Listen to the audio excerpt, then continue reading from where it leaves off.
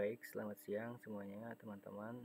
Izin perkenalkan, nama saya Agam Kamaludin. Saya di sini akan membahas tentang komunikasi atau ciri iklim komunikasi defensif.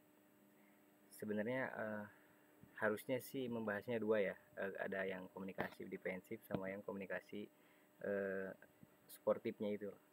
Nah, di sini kita akan membahas tentang yang defensif. Jadi mungkin teman-teman udah pada tahu ya bahwa komunikasi defensif itu atau defend atau menahan atau menjaga atau bertahan gitu ya. Defensif yang artinya itu dari bahasa Inggris itu tuh. Jadi defensif komunikasi defensif atau defensive communication, yaitu perilaku, misalkan perilaku kita membela diri kita gitu terhadap perilaku orang atas perilaku orang lain seperti itu. Mungkin saja kita bisa disebut itu lebih ke ego gitu, lebih ke ego karena kita mempertahankan diri kita gitu, lebih ke ego. Dan kemudian kita akan membela gitu, kita akan membela diri kita karena mungkin kita merasa terancam gitu, seperti itu. Itu namanya defensif atau kebiasaan. Kalau itu menjadi kebiasaan disebutnya menjadi defensive behavior gitu, menjadi kebiasaan bertahan seperti itu, menahan diri. Oke, jadi karena defensif ini itu adanya komunikasi defensif ini atau suasana atau iklimnya itu terjadi itu karena adanya suasana terancam gitu. Misalkan saya terancam nih sama teman-teman, nah saya itu mendefend gitu, mendefend. Adanya defensif itu karena seperti itu. Biasanya juga defensif ini terjadi dengan cara kita hanya bisa mendengarkan gitu, kita hanya menyimak aja gitu, kemudian mungkin dalam hati ngomong gitu kan, tapi kita hanya mendengarkan gitu, seperti itu. Ada juga seperti itu, yaitu disebutnya defensive listening ya, seperti itu. Ada defensive listening, defensive behavior.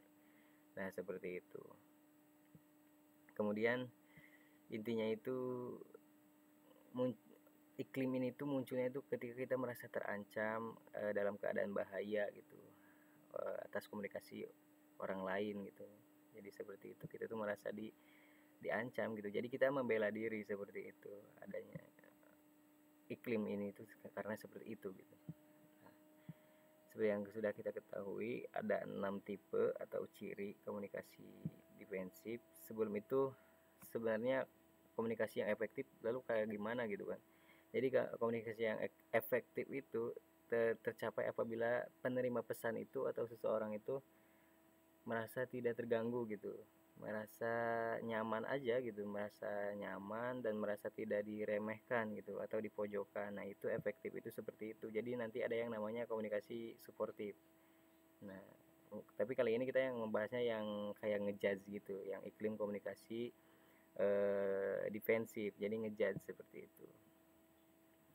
Nah, kemudian pada umumnya ya dalam kontekstualisasi dalam konteks ini gitu, konteks lisan tatap muka gitu kan, dalam komunikasi defensif itu penerima pesan itu akan merasa tidak enak atau cemas keadaannya itu, atau bahkan terancam gitu, bahkan merasa ada bahaya gitu bila mana ia mengalami 6 ciri ini nih, ciri komunikasi defensif ini. Ini sengaja saya sandingkan dengan komunikasi suportif supaya teman-teman bisa mendapat gambarannya gitu, seperti itu ya. Oke, kita langsung aja ke yang pertama, ada evaluasi. Apa sih itu evaluasi? Evaluasi itu dalam bahasa Inggris ya, yang artinya itu menilai. Menilai itu artinya, kata lainnya juga adalah memeriksa atau memberikan kritikan atau mungkin menjudge ya, kalau bahasa kerennya itu menjudge, menghakimi seperti itu. Atau celaan, kemudian kecaman atau pujian yang dipertanyakan alasannya gitu, karena mungkin ada sedikit agak mengejek seperti itu ya. Contohnya ya itu tuh yang ada di gambar, yang seperti yang ada di gambar itu evaluasi. Contohnya itu yang tadi itu ya, yang seperti memberikan kritikan ya, meja lo berantakan banget sih gitu kan, meja lo berantakan banget deh. Nah, itu tuh evaluasi atau menjudge gitu, jadi memberikan efek yang negatif gitu. Karena defensif ini disclaimer ya, defensif ini adalah hal yang negatif gitu, dan suportif ini hal yang suportif, yang mensupport, yang positif gitu bagi si antar komunikasi ini gitu, antar pribadi ini. Nah, kemudian yang kedua ada apa ini, kepastian. Kepastian itu adalah sebentar ya, saya pindahkan dulu slide-nya. Nah, kepastian itu adalah bukan kepastian, kita kembali ke sini dulu ke oh iya benar ya, kita ke kepastian dulu. Sebentar ya. Nah, ada kepastian di sini. Kepastian itu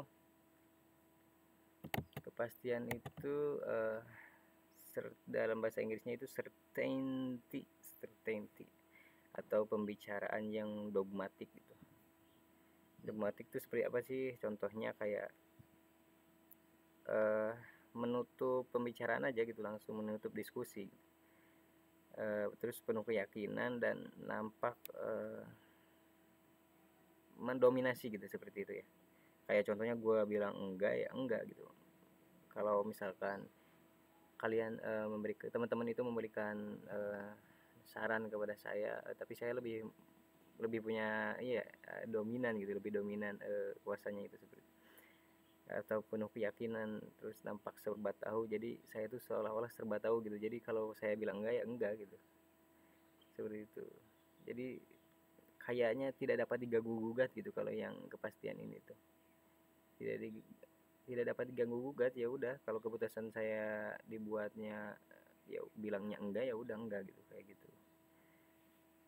Jadi bersifat final, kalau saya enggak ya udah enggak gitu. Nah, seperti itu. Jadi nggak ada yang bisa ganggu gugat lagi, seperti itu.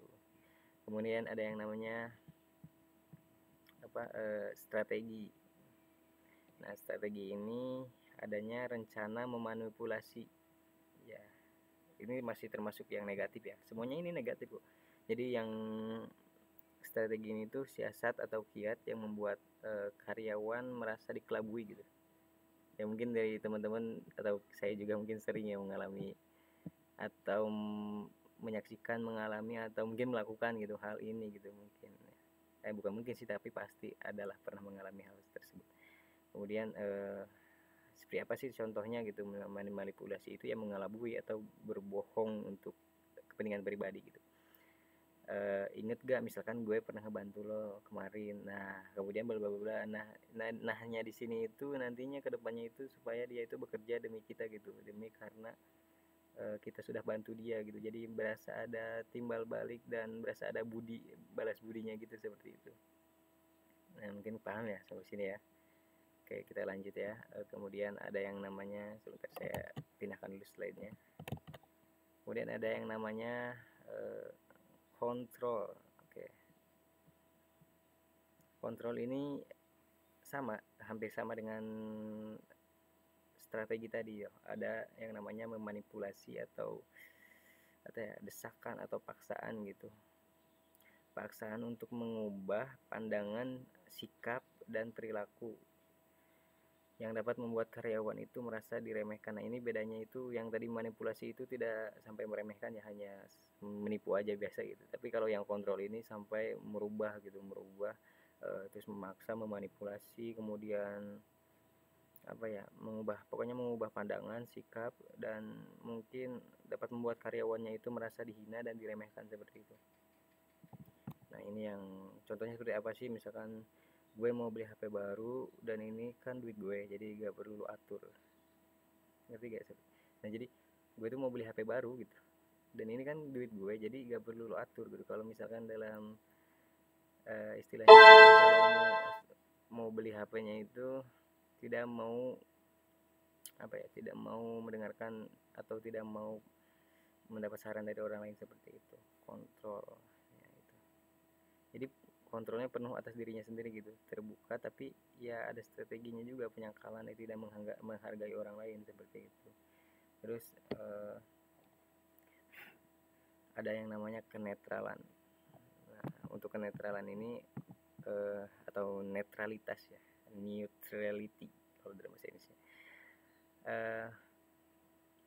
Mungkin kurangnya kepedulian, maksudnya itu kurangnya kepedulian itu atasan yang berdalih sikap netral, menjunjung prinsip keadilan, tidak pilih kasih atau taat pada peraturan. Atasan membuat karyawan merasa tidak dipedulikan atau tidak diacuhkan gitu. Jadi kurangnya kepedulian itu ya karena atasan itu mengacuhkan dan tidak peduli pada karyawan seperti itu.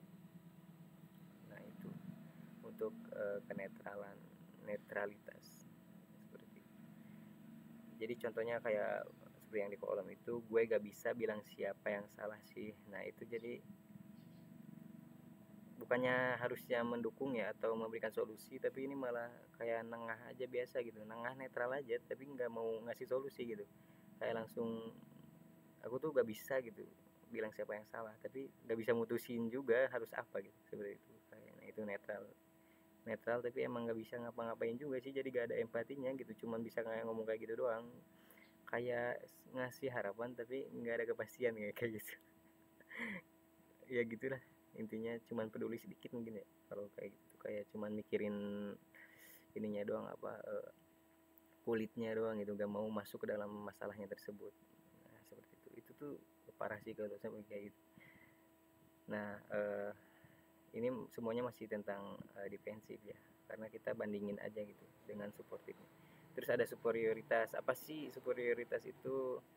Superioritas itu merasa diri kita itu lebih baik dari, atau si atasan ini atau si karyawan ini merasa lebih baik dari yang lain gitu. Mungkin kalau di kelas ya, kalau di kelas kita mungkin seringlah menemukan orang yang lebih hyper gitu, hyper di kelas itu hyper, mungkin merasa lebih pintar, kemudian dia merasa uh, ya dia merasa lebih baik gitu, merasa harus didengarkan gitu, harus tidak boleh ada yang menyangkal dia gitu, terasa superioritas, lebih baik dari yang lain seperti itu. Jadi tidak ada yang mau mengganggu gitu. Kalau orang-orang seperti itu, kayak kalau ada yang mengganggu juga ya tidak suka gitu, pasti akan tidak suka, akan merasa terganggu lah istilahnya. Nah itu tuh yang 6 ini nih, itu tuh hal-hal yang biasa mungkin atau mungkin kerap kita lakukan gitu ya. Ya itu tadi, mungkin kita bisa menjaga diri kita, atau bukan menjaga sih, lebih ke mendefend diri kita, menahan diri kita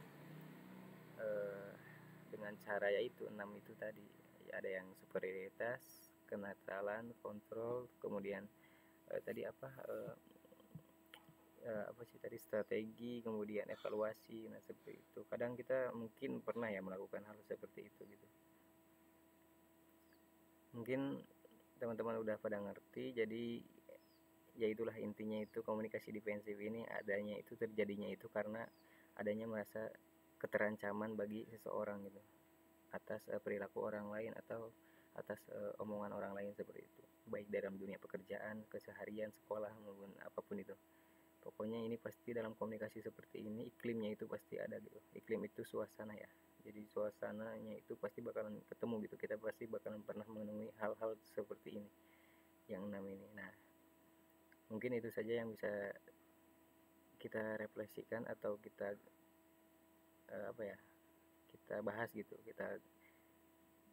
Mungkin itu aja yang bisa saya sampaikan.